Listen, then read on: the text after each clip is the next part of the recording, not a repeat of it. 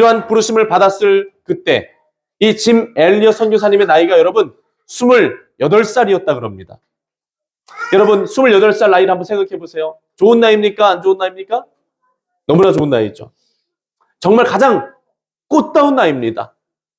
그리고 짐 엘리엇 선교사님은 장래가 촉망받는 인재에다가 출세길이 훤히 보이는 그런 사람이었어요. 그리고 여러분 결혼을 해서 아름다운 아내 또 예쁜 자녀들을 가진 가정의 가장이었습니다. 여러분 이 짐 엘리엇 선교사님의 인생의 때가 얼마나 좋은 때입니까? 가장 행복한 시절이에요. 그런데 하나님이 바로 이때 짐 엘리엇 선교사님을 부르셨다는 겁니다. 여러분 만약 여러분들께서 이 짐 엘리엇 선교사님이셨다면 여러분 하나님의 부르심에 어떻게 응답하셨겠습니까? 저 같았으면 정말 기가 막히고 정말 코가 막히고 하나님의 부르심에 쉽게 아멘하지 못했을 것 같다라는 생각이 들었습니다. 하나님이 이렇게 부르셨을 때 재훈아 에콰도르의 와다니 부족에게 가서 네가 복음을 전했으면 좋겠다. 그렇게 말씀하신다면 저는 가장 먼저 제 아내의 얼굴이 떠올랐을 거예요. 그리고 자식들의 얼굴이 분명히 떠올랐을 겁니다. 그리고 더 화려하고 좋은 인생의 길들이 보였을 거예요. 그렇지만 여러분 짐 엘리엇 선교사님은 어떻게 하셨습니까? 그 모든 것이 있음에도 불구하고 이 모든 것을 다 뒤로 하고 망설이지 않고 하나님의 부르심에 순종하기로 마음을 먹으셨던 겁니다. 그리고 5명의 이 소명을 함께 받은 5명의 우리 선교사님들과 함께 선교팀을 꾸리고 아우카 부족, 와다니 부족에게 선교를 하러 가셨다라는 겁니다. 이러한 선교사님의 모습 속에서 우리가 발견할 수 있는 믿음은 무엇입니까? 선교사님은 먼저 하나님의 나라와 의를 구하는 삶을 사셨던 것이죠. 그리고 1956년 1월 8일 짐 엘리엇 선교사님과 4명의 선교사님들은 하나님의 부르심에 순종함으로써 아우카 부족이 살고 있는 에콰도르의 정글로 향했고 그리고 그날 이 5명의 선교사님들은 아우카 부족민의 전사들의 창과 칼에 순교하게 되었습니다. 여러분 오늘 이 임원 임명 주일에 하나님께서는 왜 우리들이 이 짐 엘리엇 선교사님의 이야기를 나누게 하시는가? 질문을 해볼 때 하나님이 제 마음속에 주셨던 감동은 무엇인가? 이 짐 엘리엇 선교사님의 모습이 진정으로 예수님을 믿고 구원받은 하나님 나라의 백성된 자의 모습이기 때문이고 또 이 짐 엘리엇 선교사님의 모습이 먼저 하나님의 나라와 의를 구하는 참된 예수님의 제자 또 하나님의 소명받은 자의 삶을 대표적으로 보여주시는 모습이기 때문에 짐 엘리엇 선교사님의 이야기를 나누게 하셨다라는 겁니다. 여러분 짐 엘리엇 선교사님도 정말 하시고자 했다면 얼마든지 다른 길을 선택하실 수도 있었을까요? 없었을까요? 있었죠. 얼마든지 그 무시무시한 아우카 부족이 살고 있는 그 선교지로 가지 않고 자기 가정을 지키고 세상적으로 더욱더 화려하고 출세하고 성공하는 길을 선택하실 수도 있었다라는 겁니다. 하지만 이 짐 엘리엇 선교사님은 그렇게 하지 않으셨다라는 거예요. 그분은 무엇을 선택하셨습니까? 하나님의 뜻 앞에 순종하기를. 같이 한번 해보시죠. 하나님의 뜻 앞에 순종하기를 선택하셨다라는 거예요. 바꿔 말하면 여러분 먼저 하나님의 나라와 의를 구하는 삶을 선택하셨다는 겁니다. 그래서 그분의 일기장에다가 여러분 뭐라고 썼다 그러죠? 마지막에 같이 한번 해볼까요? 영원한 것을 얻기 위해 영원하지 않은 것을 버리는 것은 결단코 어리석은 것이 아니다. 네, 이 글을 쓰셨다는 겁니다. 여러분 우리는 이 짐 엘리엇 선교사님이 남기신 이 일기를 통해서 그분이 왜 세상의 좋은 모든 것들을 다 뒤로 하고 그곳을 향해 가셨는지 발견할 수 있어요. 왜 그렇습니까? 그분은 영원한 것을 얻기 위해서 영원하지 않은 것을 버리고 그곳으로 가게 되셨던 것입니다. 오늘 이 시간 그분의 가슴속에 있었던 이 천국에 대한 믿음과 소망이 영원한 것에 대한 믿음과 소망이 우리들 모두에게 있기를 축원합니다. 사랑하는 여러분, 오늘 말씀 속에 한 부자 청년이 등장해요. 그런데 오늘 여러분 이 부자 청년의 모습은 어떤 모습입니까? 짐 엘리엇 선교사님과 비교해 볼 때 완전히 정반대의 모습이라고 할 수 있죠. 오늘 말씀 속 부자 청년은 영원하지 않은 것들을 지키기 위해서 영원한 것들을 포기했던 대표적인 인물입니다. 오늘 말씀을 읽어보면 청년은 영생, 그 부자 청년은 영생을 얻기를 사모하고 있습니다. 그래서 예수님께 찾아 나아가서 질문하는 거예요. 오늘 말씀 16절에 보니까 뭐라고 질문합니까? 예수님, 내가 어떻게 해야, 내가 무슨 선한 일을 해야 영생을 얻을 수 있겠습니까? 라고 질문합니다. 이러한 이 청년이 예수님을 찾아 이런 질문을 하는 것으로 볼 때 여러분, 이 청년은 예수님께서 가르치신 천국 복음을 들었던 사람인 것 같아요. 영생에 대해서 아는 사람이었던 것 같아요. 여러분, 요한복음 3장 16절 말씀에 뭐라고 적혀 있습니까? 하나님이 세상을 이처럼 사랑하사 독생자를 주셨으니 이는 그를 믿는 자마다 멸망하지 않고 뭘 얻게? 영생을 얻게 하려 하심이라. 와 같은 이 복음의 말씀을 이 청년이 들어서 알고 있었던 것 같습니다. 그러니까 여러분, 어떤 마음이 생기겠어요? 영생하고 싶은 마음이 생겨났던 것이죠. 이러한 질문을 던지는 청년에게 예수님 뭐라고 말씀하십니까? 17절에 보니까 예수께서 이르시되 어찌하여 선한 일을 내게 묻느냐? 선한 이는 오직 하나님 한 분이시니라. 네가 영생에 들어가려면 계명들을 지켜라 라고 말씀하세요. 그렇게 예수님이 말씀하시니까 이 부자 청년이 예수님의 말씀에 응답합니다. 예수님, 어떤 계명을 말씀하시는 것입니까? 라고 이렇게 질문을 해요. 그래서 예수님이 그 부자 청년에게 계명들을 말씀해 주시죠. 살인하지 말라, 간음하지 말라, 도둑질하지 말라, 거짓 증언하지 말라, 네 부모를 공경하라, 그리고 내 이웃을 내 자신과 같이 사랑하라 하신 것이니라 라고 말씀을 해주세요. 이 예수님의 말씀을 들은 청년이 의아해하면서 다시 예수님께 되묻습니다. 뭐라고 묻습니까? 예수님, 이 모든 것을 내가 여태까지 지키며 살았사온데 아직도 무엇이 부족합니까? 라고 이야기를 한다는 거예요. 그랬더니 여러분, 예수님이 뭐라고 말씀하세요? 그건 네 생각이고. 같이 한번 해봐요. 그건 네 생각이고. 네가 온전하고자 할진대, 네가 온전하여 영생을 얻고자 할진대 가서 네 소유를 팔아서 가난한 자들에게 주라. 그리하면 하늘에서 내게 보화가 있으리라 하고, 그리고 와서 나를 따르라 하시니 라고 말씀을 하세요. 여러분, 이 말씀에서 예수님이 부자 청년에게 영생을 얻으려면 어떻게 하라고 말씀하시는 겁니까? 먼저 가지고 있는 재산을 하나님의 뜻에 합당하게 정리하라고 하셨습니다. 그리고 나서 더 이상 부자로 살지 말고 어떤 삶을 살라고 하세요? 어떤 삶? 나를 따르는 삶. 따라해보세요. 예수를 따르는 삶. 제자의 삶. 네, 그 삶으로 완전히 방향을 바꾸라고 말씀하셨어요. 즉, 예수를 따른 예수의 제자가 되어 살라고 하시는 겁니다. 여러분, 이 예수님의 말씀, 영생을 얻기 원한다면 네가 여태까지 살아왔던 모든 삶을 다 정리해야 된다는 거예요. 재산도 정리해야 되고, 부자로 떵떵거리면서 호화스럽게 살고 호화스럽게 누리면 모든 삶의 방식을 다 정리해야 된다는 겁니다. 그리고 완전히 방향을 바꿔서, 완전히 삶을 바꿔서 어떻게 살아가야 된다는 거예요? 예수 그리스도를 믿고 따르는 삶의 자리로 나아갈 수 있어야 된다는 거예요. 그러한 삶의 모습을 갖지 않고서는 결단코 영생을, 천국을 얻을 수 없다라고 예수님 말씀하시는 겁니다. 즉, 진정으로 구원받고 영생 얻기를 원한다면 예수님께 올인해야 된다라고 말씀하세요. 같이 한번 해보세요. 예수님께 올인해야 됩니다. 네, 여러분, 삶을 완전히 새롭게 살아가야 된다고 말씀하시는 거예요. 여러분, 계명 몇 개 억지로 내가 그냥 억지로 지키는 수준의 신앙으로는 절대로 영생에 이를 수 없다라는 사실을 예수님 말씀하시는 겁니다. 그 삶을 돌이켜서 온전히 예수를 믿고 따르는 삶을 살아가야만 영생을 얻을 수 있다고 말씀해 주세요. 여러분, 예수님 말씀에서 우리들에게 전해주신 영적 메시지가 무엇일까요? 첫 번째로 주시는 메시지, 우리 같이 한번 해보시죠. 자기 자신을 생각하는 수준의 믿음과 의로움으로는 결단코 영생을 얻을 수 없습니다. 네, 여러분, 바꿔서 얘기하면요, 형식적인 종교 생활로 교양을 쌓기 위해 취미 정도로 하는 이 신앙생활로는 영생 얻을 수 없다는 겁니다. 예수님께 올인해야만 영생을 얻을 수 있다는 거예요.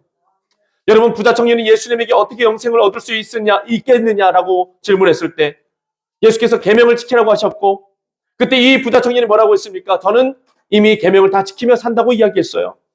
근데 여러분, 이것이 뭐라는 거예요? 대단한 착각이었다라는 거죠. 여러분, 그가 진정으로 하나님의 계명을 지키는 사람이었다면 예수님께서 너의 소유를 팔아서 가난한 자들에게 나눠주라고 하셨을 때 그는 어떻게 응답해야 했습니까?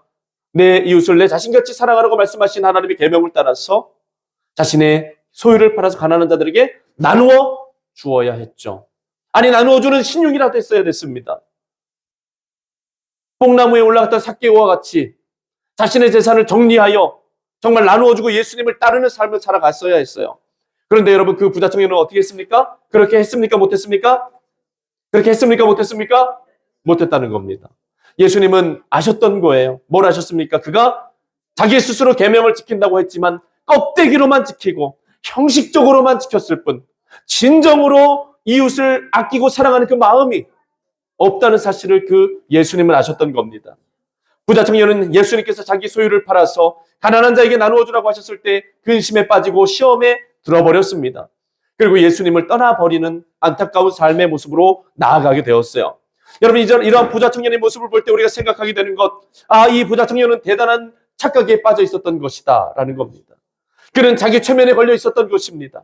그는 자기 자신이 하나님 앞에 이미 영생을 얻을 수 있을 만큼 의로운 모습으로 살아가고 있다고 착각하고 있었다라는 거예요. 그런데 예수님이 어떻게 해주신 겁니까? 그 착각을 깨뜨려 주신 거죠. 그 최면에서 깨어나게 해주신 거예요.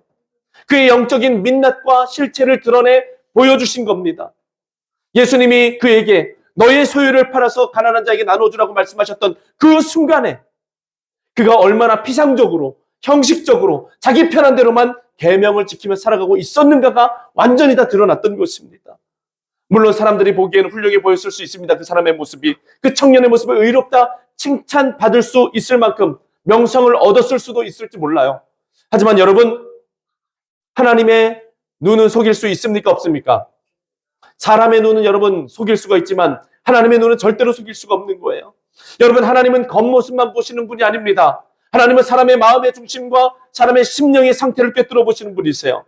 누가 진정으로 하나님을 사랑하는지 사랑하지 않는지, 누가 진짜 하나님을 경외하는지 경외하지 않는지, 누가 진정으로 예수님을 믿고 따르는 사람인지 아닌지를 꿰뚫어 보고 계신다라는 거예요. 그렇기 때문에 여러분, 우리들 스스로도 이 부자 청년의 모습처럼 스스로 착각하면 됩니까? 안 됩니까? 절대 안 됩니다. 여러분, 같이 한번 해보시죠. 하나님 앞에 겸손해야 됩니다. 여러분, 내가 세상에 나가서 사람들에게 박수받고 칭찬받고 인정받는다고 여러분 나 자신을 의롭다고 여기는 순간 우리는 자기 최면에 걸리게 되는 거예요. 나 자신을 의롭다고 생각하는 순간 함정에 빠지는 겁니다. 여러분, 사람의 평가가 중요한 것이 아니라 누구 평가가 중요한 것입니까? 누구 평가가 중요해요? 여러분, 사람의 평가가 중요한 게 아니라 누구 평가가 중요해요? 네, 여러분, 부자가 자기 의에 빠졌던 것, 자기 자신이 자기 자신을 평가한 거죠. 자기 주변에 있는 사람들이 자기를 의롭다고 칭찬해 주니까, 야, 부자인 당신이 어떻게 그렇게 살아갈 수 있습니까? 옆에서 칭찬해주고 인정해주고 자기가 의로운 줄 알았던 거죠. 그런데 예수님 앞에 딱 서보니까 뭐가 드러나요? 그 자신의 흠이 드러나는 거잖아요. 그 착각이 드러나는 거잖아요. 그 사람의 의롭지 않음이 드러나는 거잖아요. 형식적인 모습이 드러나는 거잖아요. 진정으로 하나님을 경외하지 않는 것이 드러나는 거잖아요. 껍데기뿐인 그의 실체가 드러나는 겁니다. 그러니까 여러분, 우리가 늘 하나님 앞에 자기 자신을 비춰볼 수 있기를 바랍니다. 예수님 앞에 서보시기를 바랍니다. 내가 정말 예수님을 믿고 있는지, 정말 내 신앙이 하나님 앞에 진실한지 아닌지 여러분 늘 점검하시길 바라요. 두 번째 주신 영적 메시지는 뭐냐? 같이 한번 해보시죠. 예수님께 올인하지 않으면 결단코 영생 얻을 수 없습니다. 같이 한번 해봐요. 예수님께 올인하지 않으면 결단코 영생 얻을 수 없습니다. 여러분, 오늘 말씀에서 예수님은 그 부자 청년에게 재산 정리하고 뭐라고 말씀하셨습니까? 나를 재산을 정리하고 어떻게 하라고요? 나를 따르라 라고 하셨어요. 여러분, 이 말씀은 예수님께 이제 올인해야 된다는 거예요. 둘 다 가질 수 있다는 거예요? 없다는 거예요? 없다라는 겁니다. 예수면 예수, 돈이면 돈, 둘 중에 딱 하나만 선택해야 된다는 거예요. 여러분, 예수께서 제자들에게 말씀하십니다. 돈과 하나님을 겸하여 섬길 수 없느니라. 반드시 둘 중 하나만을 선택해야 된다는 거예요. 즉, 예수님은 부자 청년에게 영생을 얻기 위해서는 오직 예수, 구원자 되시는 예수, 참된 메시아 되시는 예수님만을 전적으로 믿고 따르는 삶을 살아가지 않고는 결단코 영생을 얻을 수 없다라고 말씀해 주신 겁니다. 즉, 복음을 전해 주신 거예요. 그런데 여러분, 이 부자 청년, 이 예수님의 복음의 부르심 앞에 어떻게 반응을 했습니까? 얼굴이 하얗게 질리더니 예수님을 완전히 외면해버리고 자기의 그 쌓아놓은 재산 뺏길까봐, 그거 없어질까봐 완전히 그냥 법에 질려가지고 그 재물을 선택하며 도망갔더라는 겁니다. 여러분, 이 얼마나 어리석은 선택입니까? 여러분, 진짜로 영생이 있다면, 같이 한번 해봐요. 진짜로 영생이 있다면 돈을 선택해야 됩니까? 여러분, 진짜 영생이 있다면, 진짜 영원한 생명이 있다면 돈을 선택해야 됩니까? 영생을 선택해야 됩니까? 근데 이 부자 청년의 모습에서 여러분, 부자 청년은 돈을 선택했다는 거예요. 여러분, 이 부자 청년의 모습에서 우리 무엇을 배웁니까? 아, 인간이 지롭다고 하나, 뛰어나다고 하나, 어리석은 존재다라는 사실을 배울 수 있어요. 썩어 없어질 재물에 대한 집착, 세상에 대한 집착과 미련을 버리지 못하고 이 영생을 포기해버리는 이 어리석은 모습이 우리 사람의 모습이다라는 겁니다. 여러분, 베드로, 우리 후서 말씀에 푸른 마르고 꽃은 시드나 주의 말씀은 영원하다고 말씀합니다. 여러분, 이 말씀이 전해주는 영적인 비밀이 무엇입니까? 이 세상은 언젠가는 다 썩어 없어져 버리는 세상이다라는 겁니다. 하지만 여러분, 하나님의 나라와 그분의 통치, 말씀의 통치는 어떻다는 겁니까? 영원하다라는 거예요. 같이 한번 해보죠. 이 세상은 언젠가는 다 썩어서 없어지고 멸망당할 세상이지만 하나님의 말씀이 통치하는 하나님의 나라와 의의 역사는 영원합니다. 네, 여러분, 이것이 성경이 우리들에게 가르쳐주는 복음의 핵심 메시지입니다. 하나님의 나라는 영원할 거라는 거예요. 하나님의 말씀은 영원하다는 거예요. 영원히 성취되어져갈 말씀이다라는 겁니다. 그러니까 뭘 선택하느냐, 뭘 선택하느냐가 중요하다는 거예요. 썩어 없어질 이 세상의 가치, 돈, 안락한 삶, 쾌락, 권력, 명예를 쫓아 살아갈 것인가? 아니면 그 모든 것들 다 정리하고 세상에 대한 미련과 집착 다 버리고 완전히 방향을 바꿔서 하나님 나라와 영원한 하나님 나라와 의를 추구하며 살아갈 것인가? 여러분, 이것이 중요하다는 거예요.